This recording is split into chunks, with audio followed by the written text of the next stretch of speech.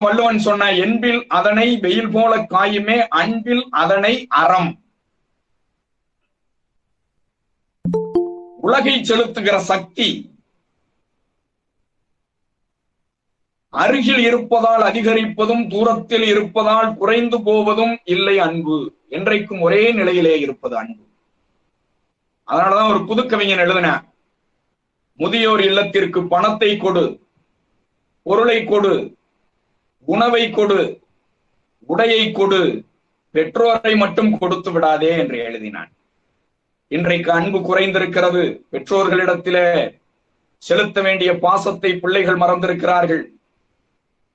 பிள்ளைகளிடத்திலே செலுத்த வேண்டிய பாசத்தை பெற்றோர்கள் மறந்திருக்கிறார்கள். இப்படிப்பட்டவர்கள் இருக்கக்கூடாது என்பதற்காகத்தான் அன்றைக்கே எழுதினார் வள்ளுவர், அன்பகத்தில்லா உயிர் வாழ்க்கை வன்பார்க்கன் வற்றல் மரம் தளிர் தற்று என்று பாடி.